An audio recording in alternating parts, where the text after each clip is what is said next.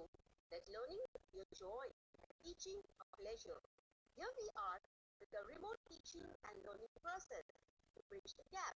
Happy learning, students. नमस्कार विद्यार्थी मित्रांनो, इयत्ता 9वी विषय मराठी. आज आपण लेखन कौशल्यामधील कथा लेखन याचा अभ्यास करणार आहोत. आतापर्यंत विद्यार्थी मित्रांनो तुम्ही कथा वेगवेगळ्या ऐकल्या असतीलच. आता आपल्याला ह्या कथा उत्तम कशा लिहिता येतील यासाठी कोणत्या गोष्टी आवश्यक आहेत याबद्दल आपण माहिती घेऊया. एक, गोष्टीची रूपरेषा म्हणजे काय? तर गोष्टीची रूपरेषा म्हणजे जे तुम्हाला परीक्षेमध्ये मुद्दे दिलेले असतात त्या मुद्द्यांना तुम्ही वाचून घ्या, त्यांना समजून घ्या. हे अत्यंत महत्त्वाचे असते, कारण त्या गोष्टीच्या मुद्द्यांची जर आपल्याला रूपरेषा समजली तरच आपल्याला गोष्ट लिहिता येईल. कारण रूपरेषा समजल्याशिवाय गोष्ट लिहिताच येणार नाही, किंवा लिहिली तर ती गोष्ट चुकीची सुद्धा असू शकते. म्हणून गोष्ट लिहिताना गोष्टीतील मुद्दे उलटसुलट करू नयेत. त्याचप्रमाणे सर्व मुद्द्यांचा नीट विस्तार केला पाहिजे. मग आता या गोष्टीची सुरुवात कशी करायची?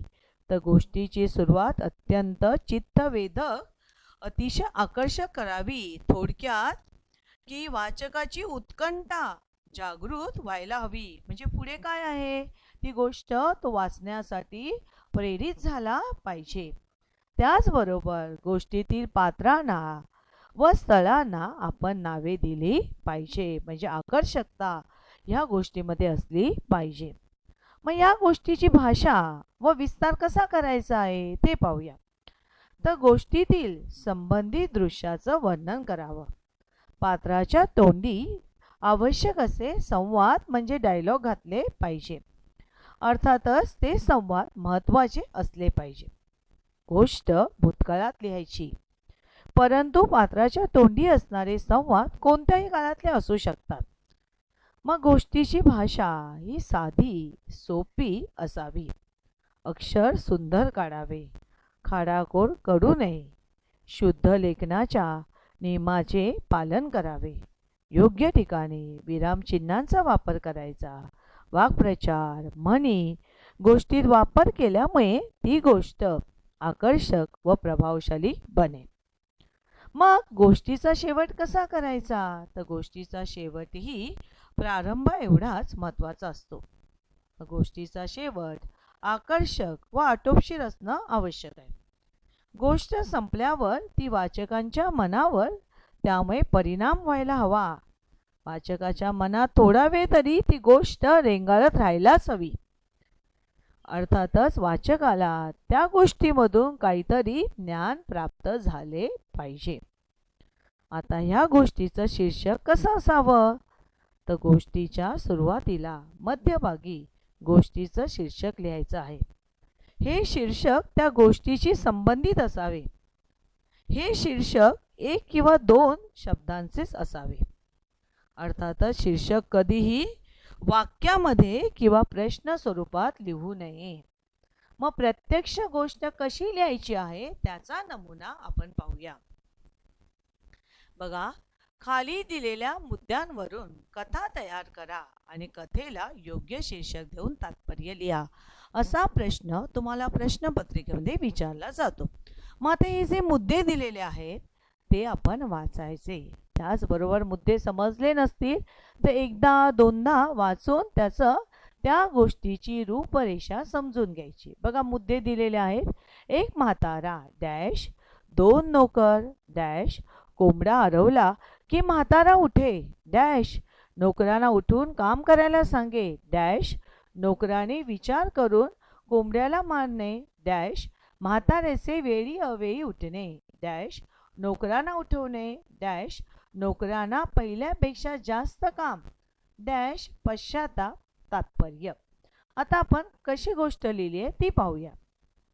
सगळ्यात महत्त्वाचं म्हणजे मी जे टायटल लिहिलेलं आहे, बघा वाक्यामध्ये टायटल लिहिलेलं नाही, प्रश्न स्वरूपात टायटल लिहिलेलं नाही. जास्तीत जास्त 2 शब्दात किंवा आकर्षक असं टायटल तयार करायचं आहे. आता या टायटलचा अर्थ आळशी नोकर. बघूया खरोखर हे टायटल योग्य आहे का? म्हणून पहिल्यांदा तुम्ही ती गोष्टीची रूपरेषा समजून घ्या. मग तुम्हाला समजेल आणि समजल्यानंतरच टायटल तुम्ही तयार करा. आता आपण बघूया कशी गोष्ट लिहिली आहे बघा. आता त्याचा सुरुवात या गोष्टीची आकर्षक असावी. बघा, साताऱ्याजवळ पाटण तालुक्यात घडलेली गोष्ट. ह्या गावात जयसिंगराव पाटील नावाचे श्रीमंत उद्योगपती राहत होते. त्यांचे वय बरेच झाले होते. खूप मेहनत करून त्यांनी खूप संपत्ती जमा केली होती. त्यांच्याकडे 2 नोकर होते. जयसिंगरावांकडे एक कोंबडा होता. तो कोंबडा आरवला म्हणजे ओरडला की ते उठत आणि नोकरांना उठून काम करायला सांगत.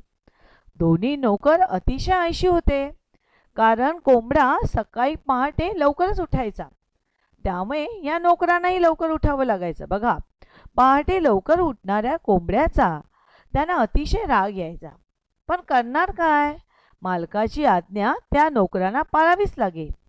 या कोंबड्याला मारूनच टाकावे असं ह्या नोकरांना वाटायचं. तर पहाटे उठण्याचा त्यामुळे त्रास तरी वाचेल असंही त्यांना वाटायचं. पण मालकांपुढे त्या नोकरांचं काहीच चालेना. त्यामुळे मालक घरात नसण्याचा त्या संधीचा हे नोकर वाट पाहू लागले. अर्थातच नोकर ज्या संधीची अगदी आतुरतेने वाट पाहत होती ती वेळ आता जवळ आली होती. एके दिवशी जयसिंगराव काही कामानिमित्त पुण्याला गेले. दोन्ही नोकरांनी या सुवर्ण संधीचा फायदा घेतला आणि कोंबड्याला मारून टाकले. जेव्हा जयसिंगराव परत आले तेव्हा त्यांनी आपला कोंबडा त्यांना कुठेच दिसला नाही. ते शोधून शोधून थकले, बेचैन झाले. त्यांना चिंता लागली की आता आपल्याला पहाटे कोण उठवणार. या चिंतेत त्यांना रात्रीची झोपही लागत नसे. त्यामुळे ते रात्रीचे कधीही वेळी अवेळी उठत आणि त्याचबरोबर आपल्या नोकरांनाही उठवत आणि काम करायला लावत. कोंबडा असताना किमान सकाळी पहाटे 5 वाजता उठायचे आणि ते नोकरांना काम करायला सांगायचे. पण आता कोंबडा नसल्यामुळे ते केव्हाही उठायचे आणि नोकरांना काम करायला लागायचं. पण आता कधी 2 वाजता कधी 3 वाजता जयसिंगराव उठत आणि नोकरांना उठवायचे आणि काम करायला सांगायचे. त्यामुळे नोकरांना आता पहिल्यापेक्षा जास्त काम करावे लागे. आता मात्र त्याने आपण जे कृत्य केलं, जे वाईट काम केलं, या गोष्टीचा त्या नोकरांना पश्चाताप झाला होता. तात्पर्य, आळसे कार्यभाग नासतो. आळसाने कोणतंही कार्य यशस्वी होत नाही. टायटलही समजलं, आळशी नोकर. अर्थातच टायटल आणि तात्पर्य ह्या दोन्ही गोष्टींना विद्यार्थी मित्रांनो तुम्हाला 1-1 मार्क असतो. त्यामुळे ते सुयोग्य असणं आवश्यक आहे. कितीही भलं मोठं टायटल किंवा तात्पर्य लिहू नये, ज्यामध्ये आकर्षकता असावी आणि त्याचबरोबर त्यामधून काहीतरी एक संदेश गेला पाहिजे. आळसे कार्यभाग नासतो. आळस केला तर आपण जीवनामध्ये यशस्वी होत नाही. कोणतंही कार्य यशस्वी होत नाही. आता तशाच प्रकारचा स्वाध्याय मी तुम्हाला एक गोष्ट लिहायला देणार आहे. त्याचे मुद्दे पाहूया.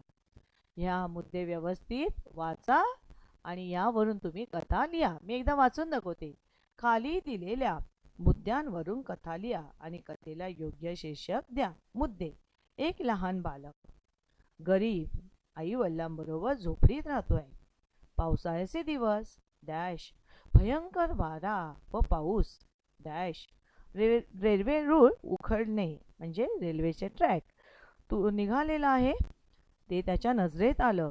डॅश अंगातला तांबडा शर्ट, तांबडा म्हणजे रेड कलरचा टी शर्ट त्याने काढलं कारण त्याने लांबूनच पाहिलं की रेल्वे येते आणि लगेच टी शर्ट काढून त्याने आगगाडी थांबवली. डॅश आगगाडी थांबल्यामुळे प्रवासी ज्या ट्रेनमध्ये बसलेले होते ते प्रवासी यांनी रागराग केला, संताप केलेला आहे. डॅश इंजिन ड्रायव्हरची रुळावरनं नजर पडणे. त्यावेळेला जो ड्रायव्हर आहे ट्रेनचा त्याची त्या रेल्वे ट्रॅकवर नजर गेली तेव्हा त्याने पाहिलं की काय पाहिलं बघा, रूळ वाहून गेलेले, काही ट्रॅक उखडलेले म्हणजे जोराचा पाऊस पडल्यामुळे ट्रॅक उखडून म्हणजे ते काही ट्रॅक वाहून गेलेला होता.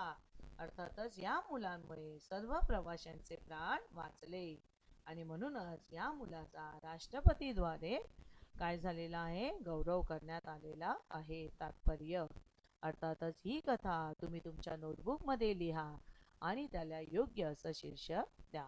धन्यवाद विद्यार्थ्यांनो.